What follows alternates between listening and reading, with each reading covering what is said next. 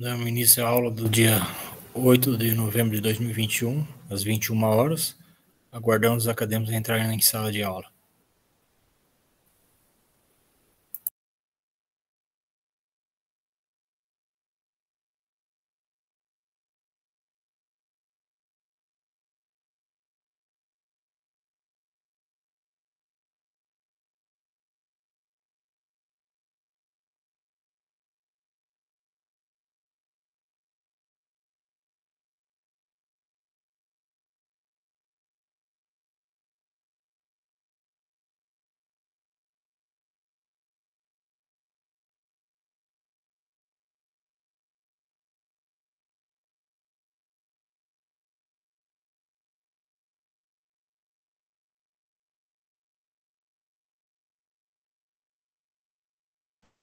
Ervili, seja bem-vinda, tudo bem? Boa noite, professor. Boa noite. Como é que tá? Tudo certo. Quanto tempo, né? Pois é, a penúltima aula não deu pra entrar, não sei o que aconteceu com o Siga, aí todo mundo não tinha um link, aí ninguém entrou. Percebi mesmo que tem algum problema, eu acho que não siga, não sei o que aconteceu aí também. Mas eu fiquei aguardando, na verdade, e acho que vocês que não conseguiram depois. Não sei que problema que deu. A minha entrada deu, agora dos outros, não sei por que não deu. Eu acho que foi meio geral também,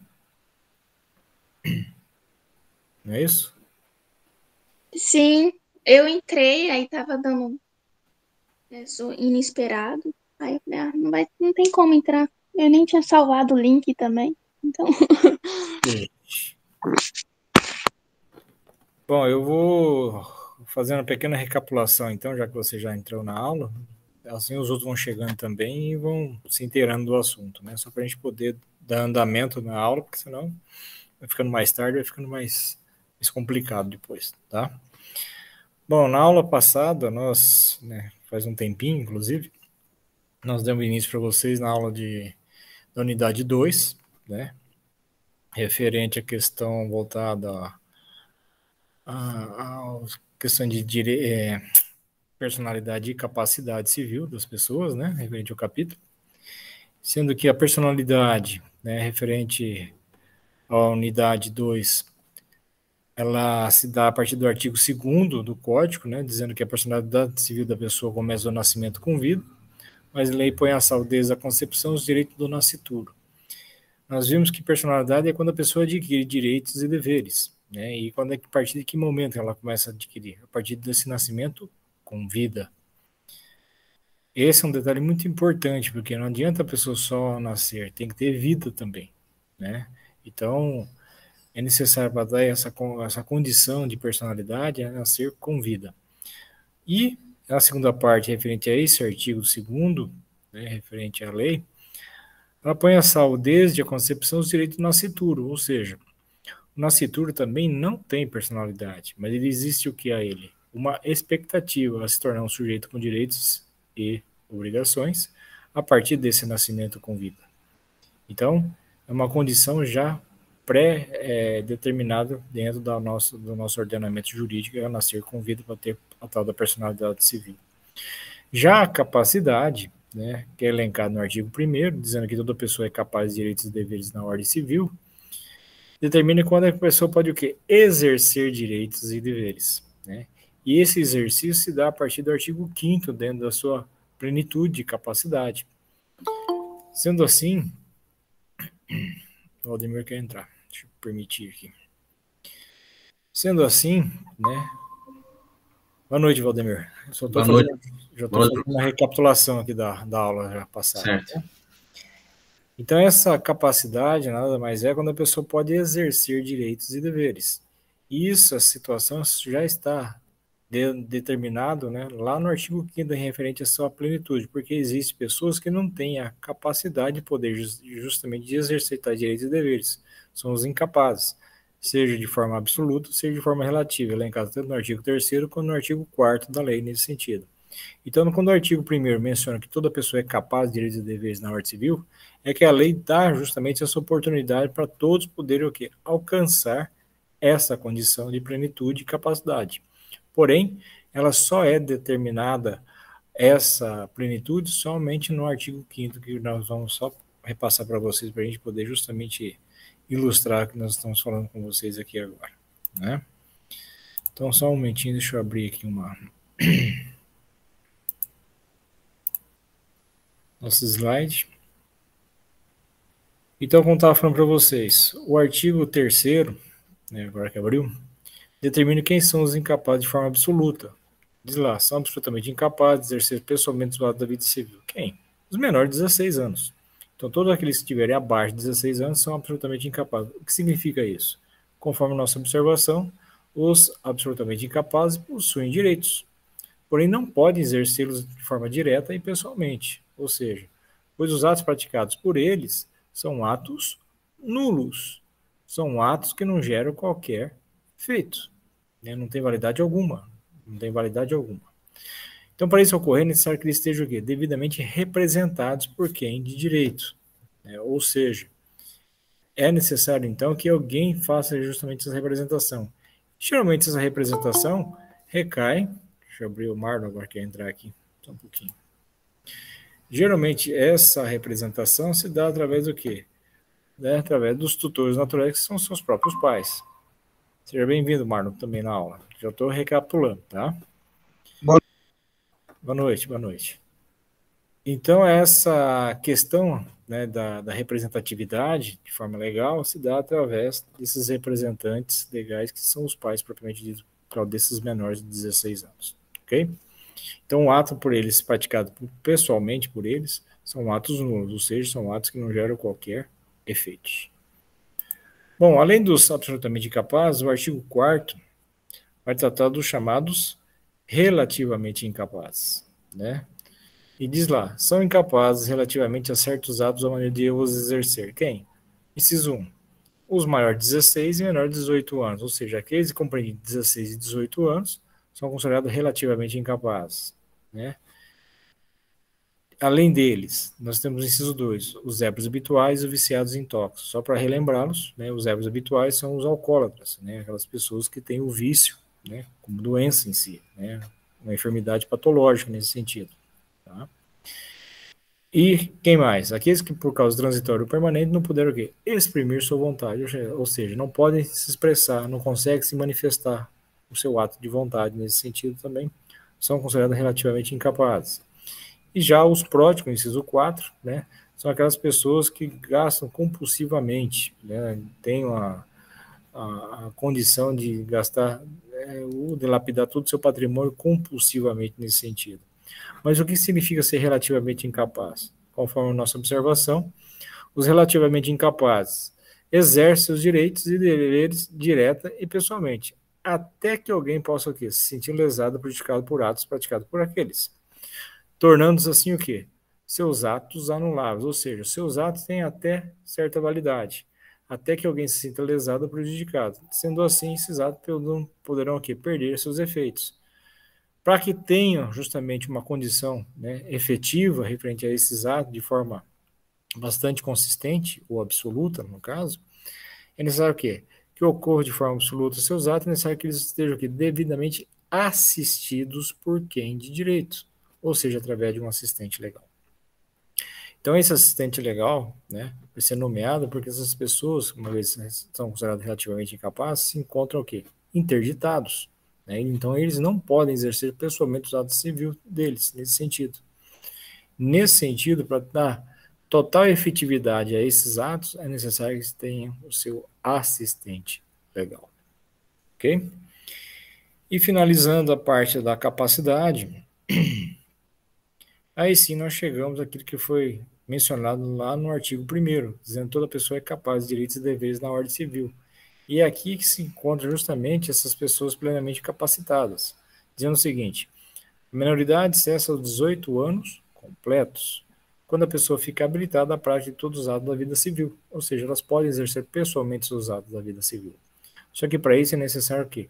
Ter a idade mínima da maioridade civil, que é 18 anos completos. Quando a gente afirma que são 18 anos completos, quer dizer, vale não somente a data de nascimento da pessoa, mas também o horário em qual ela nasceu. Por isso são 18 anos completos. Se porventura chegar algum questionamento, quando é que se atinge a maioridade civil? Não basta dizer que somente aos 18 anos. Não, são 18 anos completos. Aí sim, a frase por inteiro nesse sentido. Existem também situações em que você também poderá o quê? Antecipar essa maioridade civil. No caso, são tipos de emancipação. Então, segundo o parágrafo único, cessará para os menores a incapacidade. Quem? Através de quem? Inciso 1, pela concessão dos pais ou de um deles na falta do outro, através do quê? Mediante instrumento público, independentemente de homologação judicial. Basta os pais irem ao cartório, né, fazer o registro dessa emancipação, otorgando justamente o poder para esse filho, para poder justamente ele poder atuar de forma independente dos seus atos da vida civil, tá? Ou por sentença do juiz, ouvido quem? O tutor, manifestado pelo tutor. Aí vem a questão importante. Se o menor tiver o quê? 16 anos completos. Vale a máxima também, né? Idade, a data e hora. 16 anos completo também dá esse significado também, ok? Então, a idade mínima para poder ser emancipado, 16 anos completos. Além disso, pelo casamento, ou seja, se ele tiver 16 anos completos e for casar, já pode ser o quê? Emancipado nesse sentido também. O inciso 3 e o inciso 4 já é um pouco mais complicado disso ocorrer, principalmente o 3, né? Dizendo lá, pelo exercício de emprego público efetivo, ou seja, não basta você simplesmente passar no concurso público, tem que ser o quê? Efetivado, ou seja, passar pelo exame probatório, que no mínimo são 3 anos. Então, além, né, de prestar o concurso, que geralmente os editais prevêem uma idade de 18 anos, né, ainda tem que passar pelo exame probatório para ser o quê? Devidamente efetivado, que ele tem mais a somatória de mais 3 nesse sentido também. Então, praticamente uma situação que não tem condições de ser realizada nessa previsão legal nesse sentido.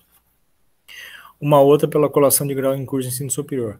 Aqueles que conseguirem colar grau em curso de ensino superior antes dos 18 anos, também poderá ser emancipado, mas eu acho um pouco provável que isso ocorra também. Já o inciso 5º, não. Pelo estabelecimento civil ou comercial ou pela existência de relação de emprego, né, desde que em função deles o menor tenha o quê? 16 anos completo, economia própria nesse sentido. Aí será o quê? Emancipado.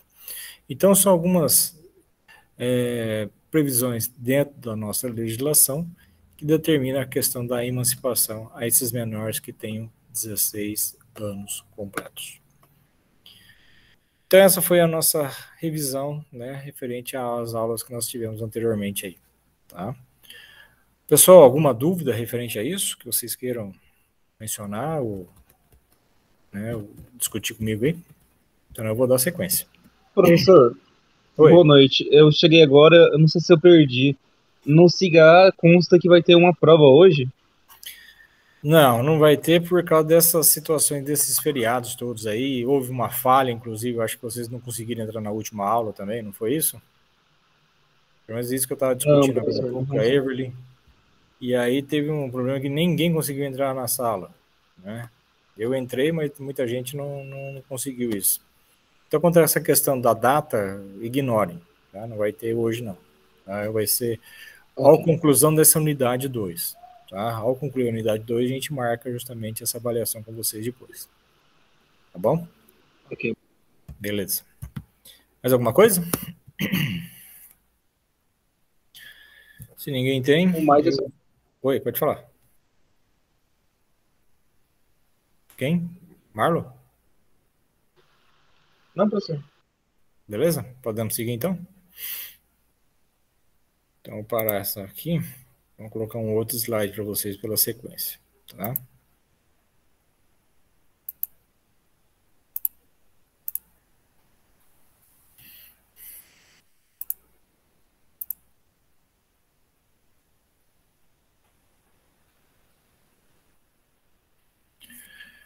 Bom, o artigo 6º, pela sequência, né, da nossa aula, ele não vai retratar a questão da capacidade, tá? Ele vai tratar sobre uma outra situação chamada sobre ausência, tá? Então, de acordo com o artigo 6º, só para a gente poder ilustrar para vocês, tá? Diz lá, a existência da pessoa natural termina com a morte. Então, uma vez que a pessoa faleceu, terminou sua existência legal. Ok? Presume-se então, existe uma hipótese de presunção quanto a quem? Aos ausentes. Nos casos em que a lei autoriza a abertura da sucessão definitiva. Bom, para a gente poder entender um pouco essa situação, o que é um ausente? Está dizendo lá, é todo aquele que está fora do seu domicílio, mas no sentido em que agora torna o vocábulo, é aquela pessoa cuja habitação se ignora, ou de cuja existência se duvida, e cujos bens ficaram o quê? Ao desamparo. Traduzindo essa condição, tá? Só para facilitar esse entendimento para vocês. Ausente é todo aquele indivíduo que sumiu, desapareceu, sem deixar qualquer paradeiro da sua existência. Simplesmente a pessoa sumiu. Tá? Mas o que isso acarreta? Qual a importância disso? Bom, uma vez que essa pessoa se encontra desaparecida, ou no caso ausente, tá?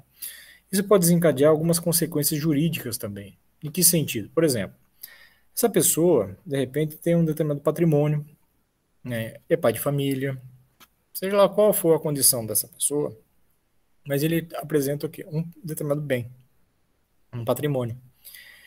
E para você, né, os seus herdeiros, os sucessores, poderem tomar posse, em definitivo, do patrimônio deixado por essa pessoa que se encontra ausente, tá? É um pouco complicada. Por quê? Porque geralmente quando você toma posse em definitivo, ou é através da doação, ou através de um testamento deixado por essa pessoa, né? Ou através do falecimento dela, você abre um processo de inventário e aí sim, né, você pode se habilitar para justamente tomar posse depois em definitivo, caso você seja um herdeiro sucessor referente ao patrimônio dessa pessoa. Mas isso determina quando a pessoa está o quê? Falecida. Mas quando ela está ausente, ou seja, simplesmente desapareceu, você não sabe o que aconteceu com ela. Você não sabe se ela está viva ou está morta, né?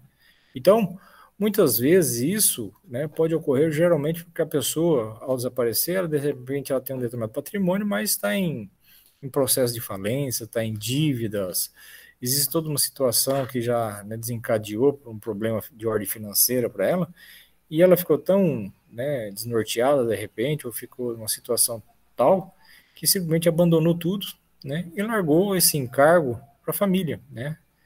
E como você faz para justamente estabelecer uma questão de vínculo, né, de forma indefinitiva para tomar posse desse patrimônio? E aí que a gente vai ter que ter essa discussão com vocês aqui. E essa discussão, tá, ela é bastante, ela apresenta bastante requisitos dentro da nossa legislação. Ela vai, só para vocês terem uma ideia, do artigo 22 até o artigo 39 do nosso Código Civil. Ou seja, ela representa justamente um capítulo. É o capítulo 3º dessa unidade que nós vamos retratar com vocês. Agora, se vocês fossem um curso de Direito, eu diria, né, discutir artigo por artigo com vocês, ou seja, fazer justamente a discussão desses artigos, do artigo 32, do artigo 22 até o artigo 39 do nosso Código. Mas aqui não é de interessante a gente ficar discutindo artigo por artigo, e sim o quê? Fazer o entendimento do todo. Então, eu preparei justamente o quê? Um resumo que retrata justamente esses artigos. Então, para não ficar uma coisa maçante, né, uma coisa bastante chata, vamos dizer assim, né, ficar discutindo artigo por artigo por causa dessa situação voltada à ausência, então vamos fazer uma situação bastante breve aqui, que faz justamente um resumo que discute justamente o que vai do artigo 22 até o artigo 39 para vocês justamente entenderem todo esse mecanismo, tá? E esse mecanismo que vai desses artigos 22 ao 39 estão aqui divididos em fases. Essas 3 fases que estão elencadas justamente aí no nosso slide aí, chamado de ausência presumida, ausência declarada e morte presumida. Por que é morte presumida? Porque é uma presunção de falecimento da pessoa que está desaparecida. A gente não sabe realmente o que aconteceu com ela, né? Então, por isso que é chamado de morte presumida. Então, nessa condição, nós temos que passar por essas fases que estão aí elencadas, tá? Só para ilustrar, o que é uma declaração de ausência? É a declaração que o juiz faz atestando que uma pessoa está ausente ou desaparecida do seu domicílio, sem que dela haja o quê? Notícia. não deixando o quê? Representante, curador, a quem toca o quê? Administrar os patrimônios, os bens que ela tem. Então, para isso acontecer, é necessário o quê? Invocar, ou seja, provocar o Poder Judiciário. E aí esse Poder Judiciário, né, ao ser intimado para poder manifestar a respeito desse assunto, tá, é necessário então passar por essas 3 fases que estão elencadas do artigo 22 ao artigo 39. Tá? E é isso que a gente vai passar a discutir com vocês aqui. Ausência presumida, ausência declarada e morte presumida. Ok? Então, seguindo então essas questões voltadas à ausência. Então, na primeira fase, é chamado de ausência presumida. Então, como ocorre? O que ocorre justamente nessa primeira fase? Está dizendo lá, na ausência presumida, desaparecendo uma pessoa do seu domicílio, sem dela haver notícia, se não houver deixado representante ou procurador a quem caiba administrar-lhe os bens, os familiares e interessados requerem o quê? Ao Poder Judiciário o pedido de ausência. E o juiz manda então o quê? Nomear um chamado curador. Tá? O que é o curador? Nada mais é que um administrador de forma provisória desse patrimônio que foi deixado pela pessoa que se encontra ausente, certo? Então, olha lá. Manda nomear um curador para quê? Para administrar e preservar os bens em nome de quem? Do ausente, dos prováveis sucessores e para a manutenção da ordem jurídica das coisas. Ou seja, alguma situação de anomalia que pode existir, por exemplo, que eu citei agora há pouco, a pessoa que desapareceu, né, de repente tem uma grande dívida perante seus credores. Esses credores querem receber esses valores, né? Eles têm crédito a receber dessa pessoa. Eles não podem ficar desamparados nesse sentido também. Então, essa é uma condição, né, para justamente o quê? Para manter a ordem jurídica das coisas. Então, essa é uma outra condição prevista dentro dessa fase, tá certo?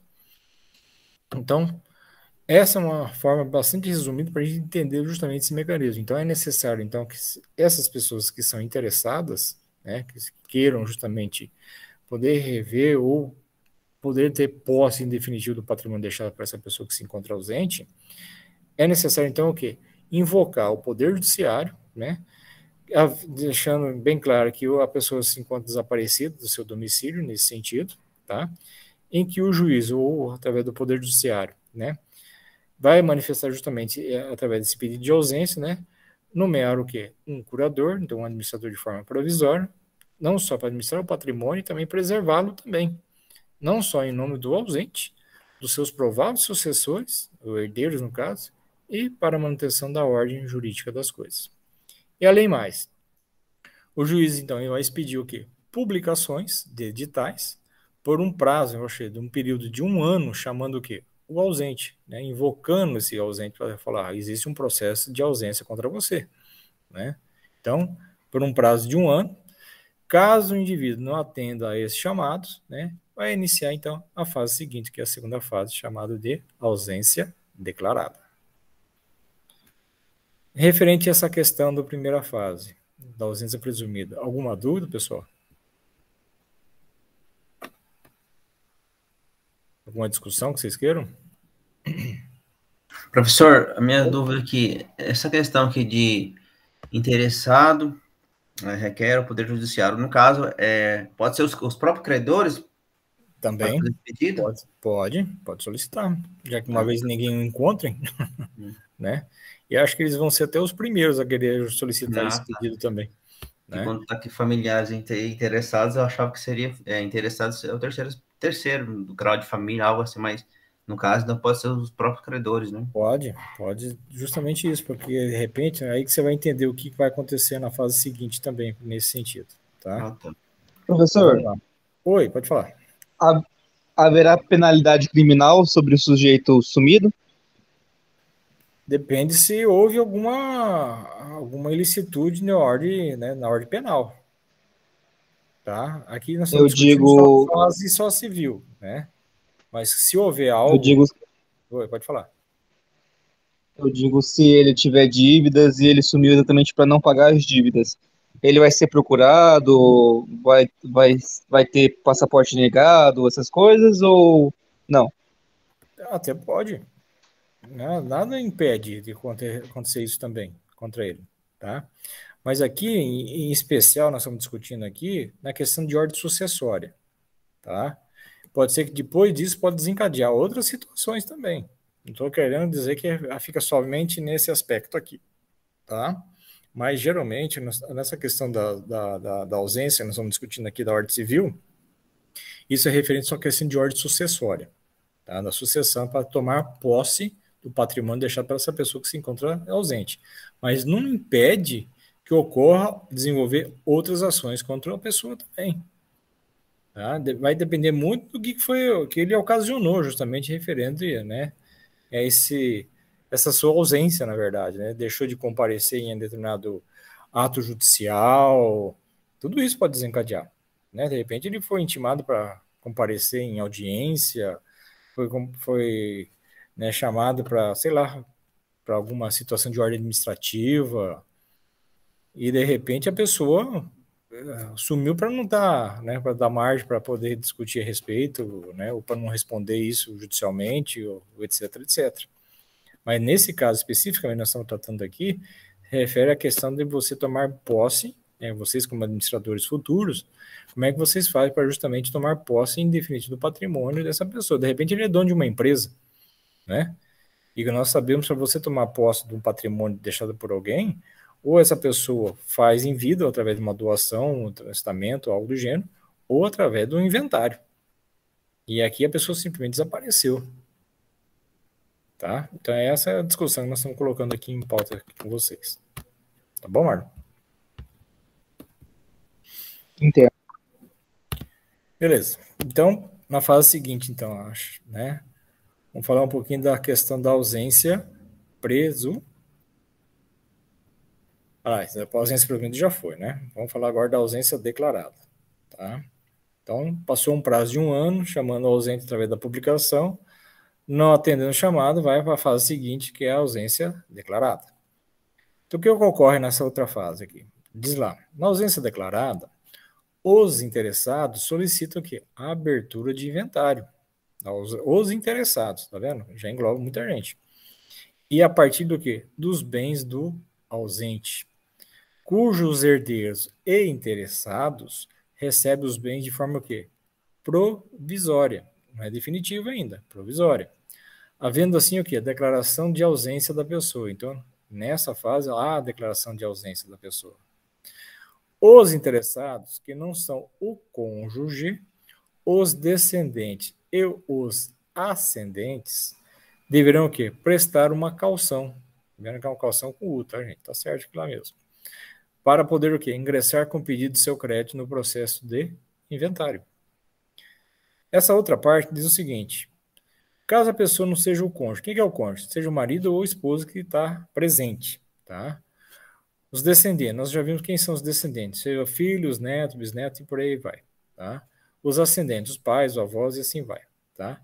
Estes não precisam prestar uma caução. O que é uma caução no caso ali, com calção com, né? Não é um calção com L, porque a calção com L é uma vestimenta. Nesse caso, calção com U é uma garantia, tá? Então, seja o cônjuge sobrevivente, quer dizer, o marido ou a esposa que está presente nesse caso.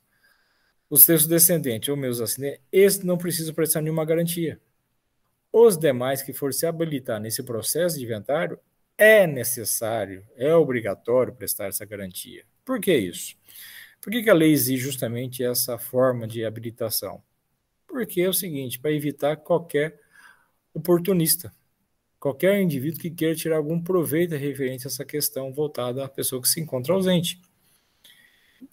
Ali só vai poder se habilitar aqueles que realmente têm algum interesse de forma legal, né? Tem um crédito a receber, como falei agora há pouco, né? A pessoa que tem o seu crédito a receber presta uma certa garantia exigida por lei e se habilita nesse processo de inventário para poder justamente rever justamente o crédito que ele possui juntamente para esse patrimônio deixado pela pessoa que se encontra ausente. Então, para evitar qualquer transtorno, né, evitar qualquer oportunista de uma forma que tenha algum enriquecimento ilícito nesse sentido. Por isso que a lei exige justamente essa garantia.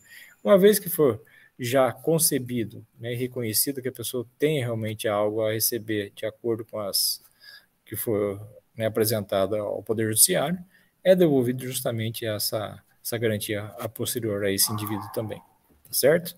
Então, nesse caso, não vai ter que prestar justamente essa garantia quem? O cônjuge presente, seja o marido ou esposa, os seus descendentes, né, sejam filhos, netos, por aí vai, e os seus ascendentes, pais, avós, e assim, né, que puderem justamente adentrar a esse processo de inventário, tá certo?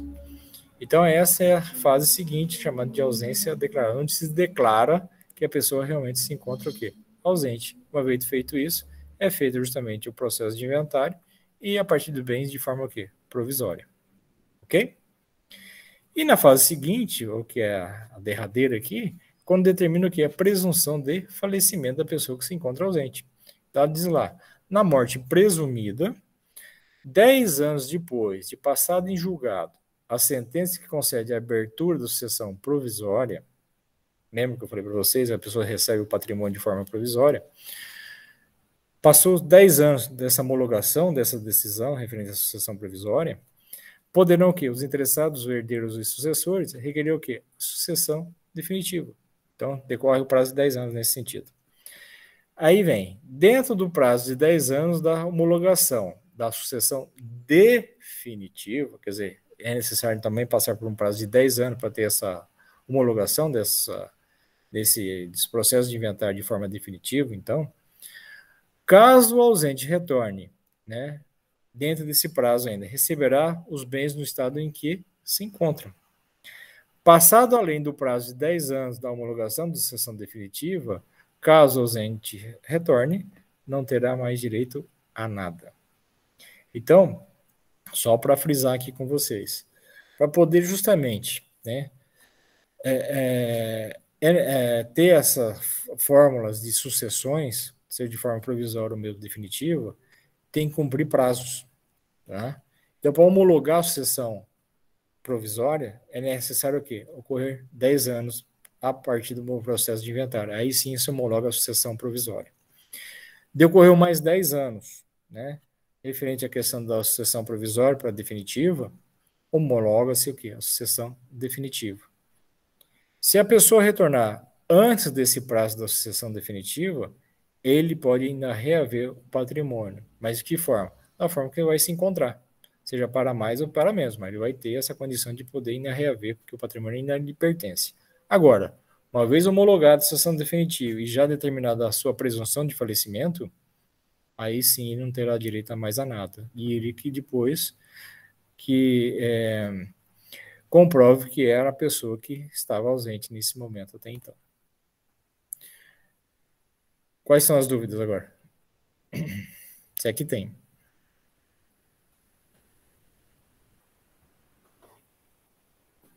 Pessoal, alguma dúvida? Para mim, tranquilo, professor. Bem compreensível. Muito interessante isso aí. Maravilha. Para mim também. Beleza. E você, Everly? Tá tranquilo, professor. Beleza. Deixa eu só fazer uma perguntinha, então, para vocês aqui, tá? Para não perder um pouco a praxe aqui de perguntas. Eu quero saber de vocês o seguinte: quanto tempo decorre dentro desse processo todo, tá? Desde da sucessão da ausência presumida, né, da primeira fase lá, até o fim da morte, da presunção de falecimento dessa pessoa, né, ou seja, da morte presumida dela, quanto tempo decorre para os seus herdeiros sucessores tomarem o quê? A posse em definitivo do patrimônio deixado para essa pessoa que se encontra ausente? Quem 10 anos. 10 anos? Marlon falou 10, é isso, né, Marlon? Alguém discorda, concorda? Por que 10 anos, Marlon? Só para justificar.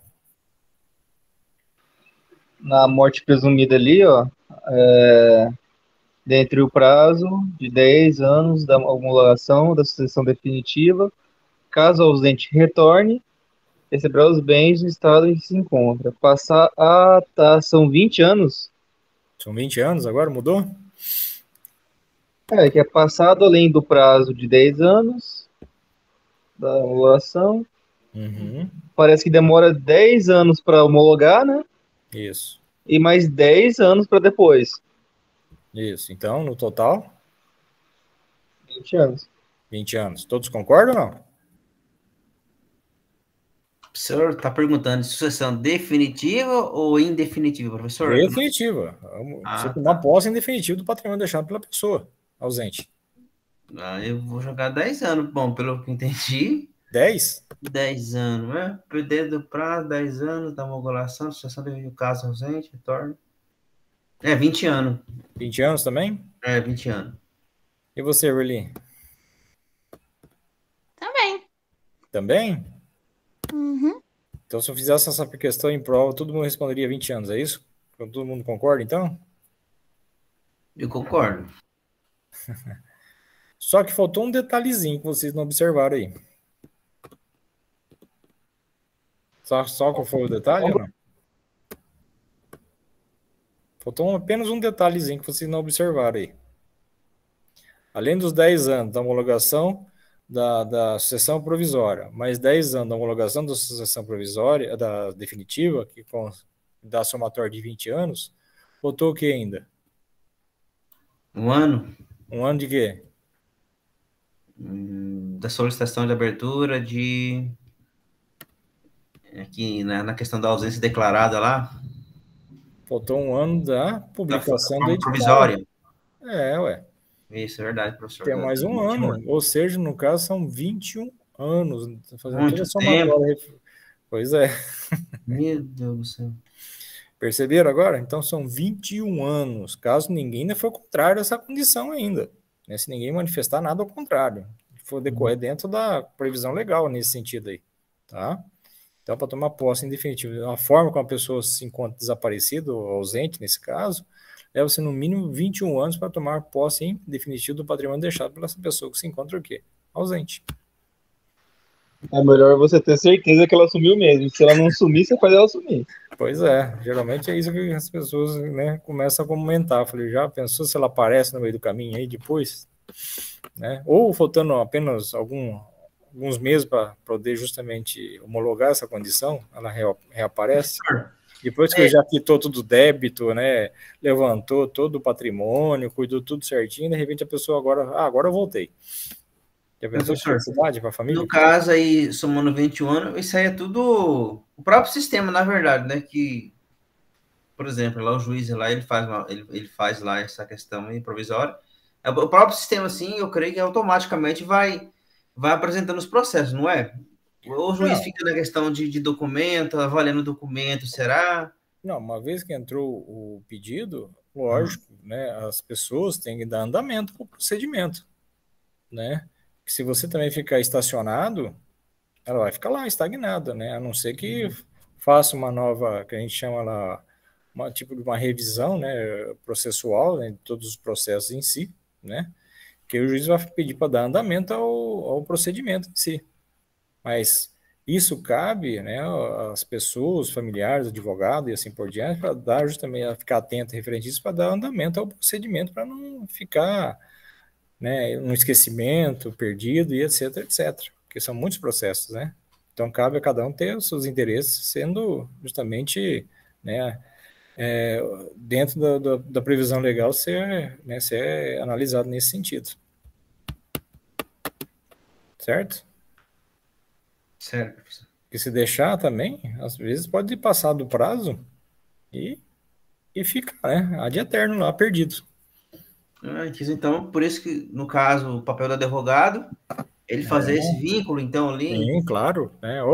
Lembro daquele processo, então, nós temos que manifestar. Eu não sabia. Né? Interessante. Sim, é isso que acontece, né? Caso ele não for já intimado, ele tem que dar andamento, né? Então ele também tem essa responsabilidade, inclusive, também, né? Porque analisar todo o procedimento, entre que tal pedido, né?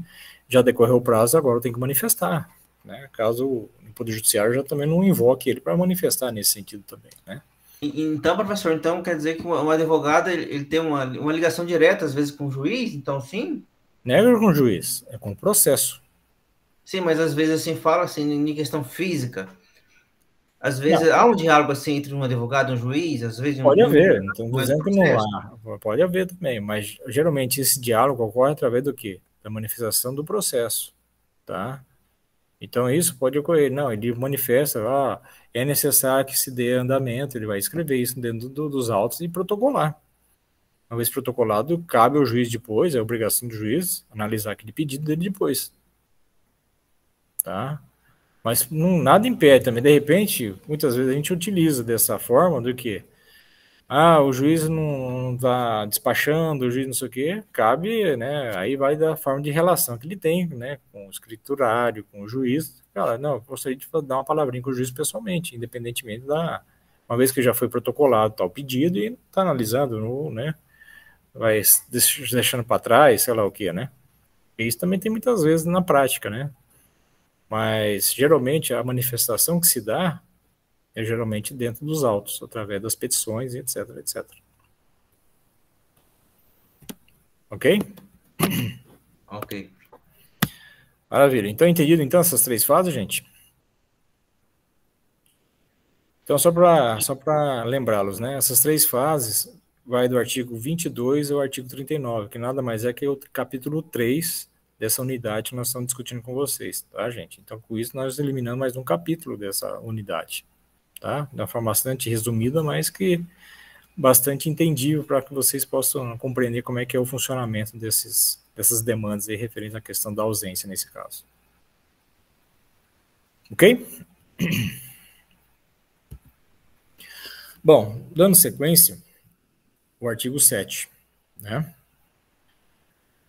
Diz lá, essa questão do artigo 7 é referente a quando a pessoa, né, mesmo ela estando desaparecida, mas você pode determinar o quê? A presunção de seu falecimento, né? Mesmo que você não decreta a ausência dessa pessoa. Então, o que diz lá no artigo 7? Só para a gente poder entender, tá? Esse funcionamento referente a essa questão. Ou melhor, esse artigo 7º, ele não precisa passar por essas três fases que eu acabei de citar para vocês aqui, tá? Quando isso ocorrer.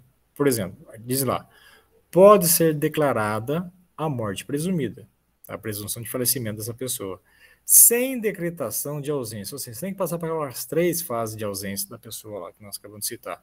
É a ausência presumida, a ausência declarada e a morte presumida. Quer dizer, você já entra com a morte presumida, a presunção de falecimento dessa pessoa. Quando? Inciso 1. Se for extremamente o quê? Provável a morte de quem estava o quê? Em perigo de vida. Como assim? Bom, nós tivemos agora um acidente trágico, né, com aquela cantora e tal, né, só para a gente poder ilustrar um pouquinho essa situação, poderia até, né, ser um exemplo nesse sentido. Imagina o seguinte, uma pessoa que vai, né, tomar um determinado voo, né, uma aeronave, seja qualquer lá, tá? E esse avião, ao decolar, ele explode no ar, tá? Supõe-se que todos aqueles indivíduos que tomaram essa aeronave, né, de voo, né, para poder viajar, seja para onde for, e adentrar nessa aeronave, né, bem previsto que elas tenham o quê? Falecido justamente por causa desse trágico acidente aí, nesse caso, né, pela explosão da aeronave. Ou seja, mesmo que não sobrou nada da pessoa, né, é extremamente provável que a morte, que ela estava o quê? Em perigo de vida, né, justamente nesse sentido. É necessário passar por essas três fases? Claro que não. Uma vez que for já constatado que ela realmente tomou esse voo, né, adentrou nessa aeronave e estava lá dentro desse avião em si, nesse caso, ocorrendo esse tipo de ato em si, né, dessa tragédia em si, não é necessário passar por essas três fases. Já pode determinar o quê? A própria presunção de falecimento dessa pessoa. Tá? Então, é um caso. No inciso 2, se alguém desaparecido em campanha ou feito prisioneiro não for encontrado até 2 anos após o término da guerra, ou seja, uma pessoa que se alistou para um exército, foi para a guerra e ao final dessa guerra passou-se o prazo de 2 anos, tá? Seguindo inclusive o parágrafo único lá dizendo o seguinte: a declaração da morte presumida nesses casos somente poderá ser requerida depois do quê? De esgotadas as buscas e averiguações, devendo a sentença fixar a data provável do falecimento. Quer dizer, Fazendo a busca e averiguações, se a pessoa nunca mais foi encontrada, não retornou, não teve notícias, mais nada, já pode decretar também o quê? A sua presunção de falecimento. Então, são casos que a lei inibe passar por essas três situações, né, de fase da ausência em si. Já pode decretar o quê? A própria presunção de falecimento dessas pessoas. E ainda no artigo 38, dizendo o seguinte: pode-se requerer a sucessão definitiva também, provando-se que o ausente conta com 80 anos de idade e que assim data as últimas notícias dele. Quer dizer, uma vez que a pessoa já está com 80 anos e assim que ela está desaparecida, sem deixar qualquer paradeiro referente à sua existência, também já pode decretar também a forma de sucessão definitiva através do quê? Da presunção de falecimento dessas pessoas. Ou seja, são três casos que não necessariamente precisa passar o quê? Por todas aquelas fases da ausência que foi discutida anteriormente com vocês aqui. Ou seja, já pode determinar o provável falecimento dessas pessoas nesse sentido. Ficou claro isso para vocês no artigo 7? Alguma discussão?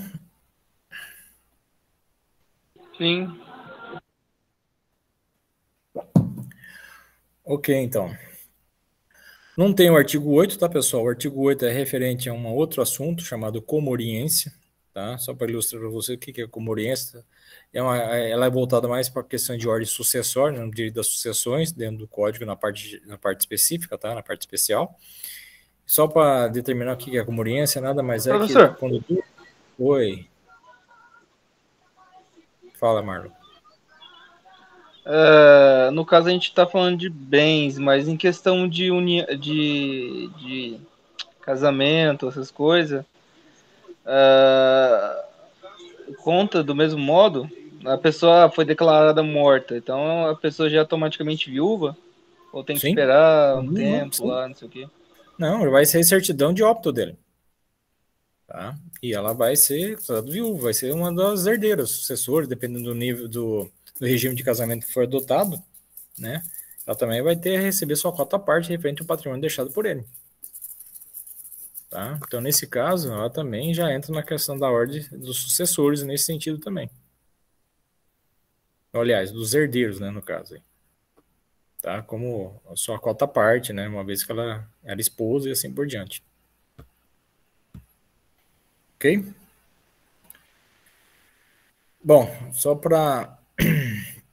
Estou voltando lá, então, no artigo... Okay. Então, a questão da comoriência que eu estava citando agora há pouco para vocês é quando duas ou mais pessoas falecem ao mesmo tempo, tá, gente? Só para vocês entenderem, tá? Então, isso tem muito a ver com a ordem sucessória, depois lá, na questão de inventário, etc, etc, tá? Então, nos interessa nessa situação. Nos interessa, sim, o artigo 9º e o artigo 10º, para a gente fechar esse capítulo do capítulo 1, na verdade, tá? O que trata esses outros artigos, então? O artigo 9º vai tratar da questão voltada ao registro público, tá? Então, diz lá, o que é um registro público? Então, eu fiz uma pequena conceituação para a gente entender o que é um registro em si, tá? Um registro público em si. É o ato de registrar todo e qualquer o quê? Oi? Foi, Marlon, agora? Algum problema, Marlon? Eu acho que ele deixou o microfone aberto, talvez esteja falando. Pois é, não entendi. Entendi, não. Bom, vamos voltar lá. Então, registro público é o ato de registrar todo e qualquer fato importante da vida... O fato importante da vida de uma pessoa, desde o seu nascimento até o seu falecimento, apresentando, então, consequências jurídicas, mesmo após o seu óbito, como a sucessão, bens, direitos e deveres, dando o quê? Veracidade não só ao fato, mas não só também ao indivíduo, né, mas perante terceiros, tornando o quê? Público e autêntico, certo? Então, o registro público nada mais é você registrar tudo e qualquer fato importante da vida de um sujeito, de uma pessoa. E esse fato, né, esse registro que é feito, na verdade, tá, ele tem uma questão de quê? De veracidade, trazer como verdadeiro, como autêntico, não só para o próprio indivíduo, né, pela própria pessoa em si, mas também o quê? Perante terceiros. Então, vale para outros indivíduos também, uma vez que está o quê? Devidamente registrado, tá? Isso, então, quais são esses fatos importantes? Bom, tudo que a pessoa passando na sua vida, né? Desde o seu nascimento até o seu falecimento, até em si, né? Ela vem a chegar a óbito nesse sentido, tá? Então, tudo isso tem que ser o quê? Devidamente registrado. Então, vamos lá. O artigo 9 vai mencionar justamente o que é registrado em razão da pessoa, tá? Da pessoa física em si. Diz lá. Serão registrados em registro público, primeiramente, inciso 1, os nascimentos, os casamentos e óbitos, certo? Então, a pessoa nascer tem que ser registrada. Mudou o seu estado civil de solteiro para casado, tem que ser registrado, né? O óbito que ela veio a ter tem que ser registrado. Então, tudo isso são situações, né, que marcam justamente algum fato importante na vida de um indivíduo em si. O que mais? Inciso 2. A emancipação, seja através da por outorga dos pais, quer dizer, por, né, declaração dos pais nesse sentido, né, transferência de poderes dos pais, ou por sentença do juiz. Então, mesmo que o juiz também determina essa emancipação, uma vez ele sentenciou isso, tem que ser o quê? Encaminhado ao cartório para fazer o devido o quê? Devido registro dessa emancipação também. Aí, da mesma forma, inciso 3, a interdição através do quê? Da incapacidade de forma absoluta ou relativa. Uma vez que a pessoa se encontrou interditada, ou seja, não poderia mais manifestar seus atos por conta própria, é necessário que eles tenham, então, um representante, um assistente legal nesse sentido. Isso tem que estar o quê? Devidamente registrado, tá? Tem que estar mantido isso como um registro também. E o inciso 4, a sentença declaratória, seja através da ausência dessa pessoa, uma vez que foi declarada como ausente, ou de morte presumida, quer dizer, uma presunção de seu falecimento, para gerar justamente o quê? Uma certidão de óbito. Então, tudo isso tem que estar o quê? Registrado, para tornar o quê? Autêntico, verídico, valer não só para o próprio indivíduo, mas perante o quê? Terceiros também. Ok? Então, essa é uma condição prevista em lei referente à questão voltada ao registro público.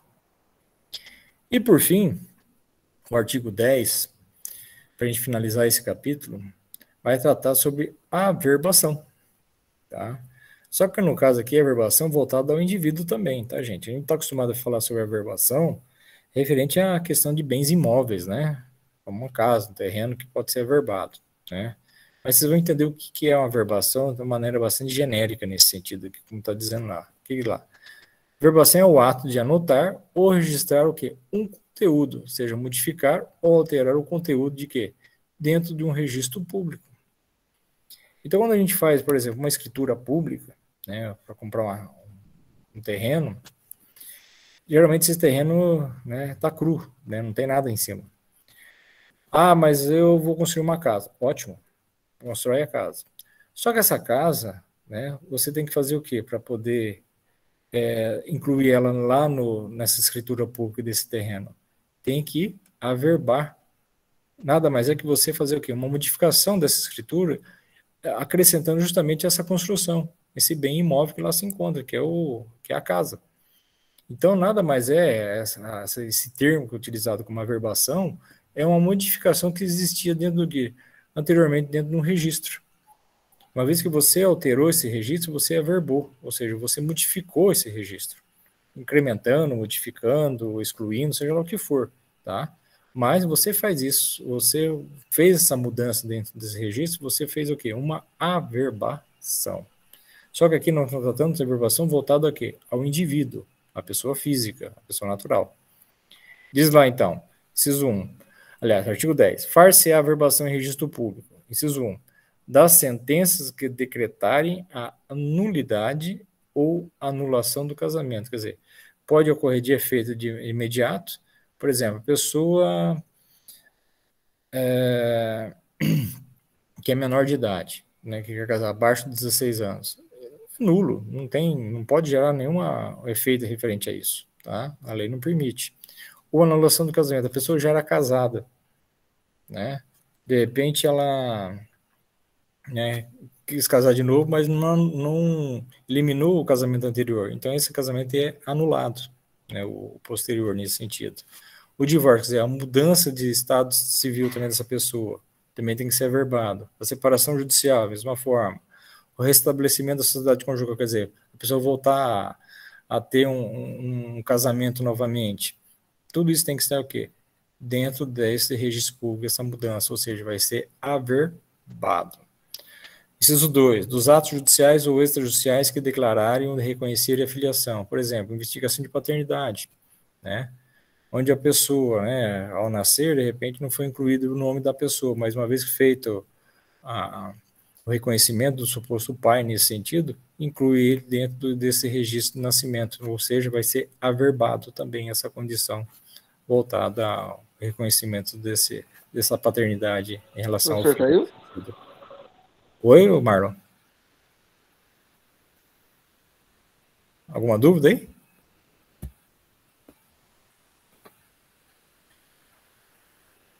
Bom, pessoal, é isso, tá? Então, artigo 10, praticamente a gente encerra, né, esse capítulo primeiro, voltado à questão, né, dos direitos, aliás, voltado à personalidade e capacidade da pessoa, tá? Então, vai do artigo 1º até o artigo 10, daquilo que nós já discutimos aqui agora com vocês. E o capítulo 3, que vai tratar sobre a ausência, que vai do artigo 22 ao artigo 39, são aquelas 3 fases que eu acabei de citar para vocês também. Ausência presumida, ausência declarada e morte presumida. Então, com isso, nós já eliminamos 2 capítulos. São 3 capítulos voltados a essa unidade. 2 nós já eliminamos hoje nesse sentido aí. Falta só o capítulo 2, que vai tratar sobre direitos da personalidade, que vai do artigo 11 até o artigo 21, ou seja, mais 10 artigos para a gente poder eliminar justamente essa unidade com vocês aqui, tá? Tudo isso voltado à pessoa natural. Uma vez a gente eliminando mais esse capítulo na próxima aula, tá? Aí sim a gente faz a nossa próxima avaliação com vocês aí. Pessoal, alguma dúvida? Tá tranquilo, professor. Essa questão só da averbação, eu já ouvi gente falar que hoje se pode casar, registrar 2 tipos de casamento, mas isso então, na verdade, é uma ideia muito... Uma ideia... De casamento? Como assim? Não entendi. Assim, fazer 2 registros de casamento, professor. Na verdade, ele tem que anular um para fazer não, claro. E eu vi um comentário esses dias, acho que na empresa, alguém falando, agora tá liberado fazer casar 2 vezes, mas... Não, você pode até casar, não tem problema nenhum. Mas Esse que você anule o outro. Exatamente. Porque senão você vai responder por bigamia. Isso. Bigamia é crime. Eu achava que no Brasil estava liberado bigamia, professor. Não. É por isso que eu estou comentando. Não, bigamia é crime. É pessoas que... Falta de informalidade, na verdade. Não. Mas alguém comentou que a bigamia no Brasil estava liberada, que não sei o quê. Não é bem assim também não, né? A pessoa tem que ter pelo menos um vínculo referente ao outro também para poder justamente... você está falando sobre uma questão, agora eu entendi qual que é a sua colocação aí, né? A questão desses casais que tem mais de um, né? Isso, exatamente. Um outro, não sei o que, tal. Exatamente. Agora eu entendi essa situação, mas mesmo assim tem que ter uma forma de vínculo, né? Que vai justamente retratar essa questão de você estar com uma pessoa e com outra. Uma vai ser oficial, outra nem tanto, né? Então, a lei, nesse caso, não é tão aberta assim, não, tá? Tem que ter as suas restrições ainda também, tá? Então, com essa... Oi, fala, Vladimir. Não, ia comentando, no Brasil, a cada hora aparece... Não, é complicado. Se for liberar geral, pelo amor de Deus, aí a coisa fica bagunçada de vez, né? Sim. Professor, só uma questão assim que eu não fiz a primeira avaliação. O senhor vai deixar lá para o final para vir fazer ela? Não, Vladimir, é o seguinte, eu vou fechar essa unidade 2 para a gente fazer essa segunda avaliação. Certo. Aí eu faço geralmente assim, uma outra avaliação que faz a unidade 1 e a unidade 2, para aqueles que não fizeram querem melhorar a nota. Tá? Então vai ser no intervalo, antes de a gente finalizar a unidade 3, então antes disso, a gente faz uma outra avaliação para justamente dar essa somatória de unidades aí, seja unidade 1 e unidade 2. Beleza? Porque aí vai aqueles que não fizeram e aqueles que querem melhorar a nota também. Geralmente eu faço isso. Tranquilo. Para evitar uma futura PF. PF, né? Beleza? Beleza, professor. Pessoal, então é isso. Então, com isso, eu concluo a aula de hoje, do dia 8, né, de novembro. Já são 22 horas aqui no meu horário. Com isso, nós finalizamos, então, 2 capítulos, só para vocês, né, entenderem de novo, mas qualquer coisa vocês revejam aí nos vídeos. Logo depois eu vou postar também essa aula de hoje também, tá joia? E até a próxima, se Deus quiser. Então, boa semana, muita saúde para vocês, tá? E, se Deus quiser, na próxima aula nós estamos aí. Se não vai ser na outra semana, nessa semana vai ser na outra. Boa noite, então, a todos. Fique com Deus. Boa noite. Bom fim de semana. Boa noite.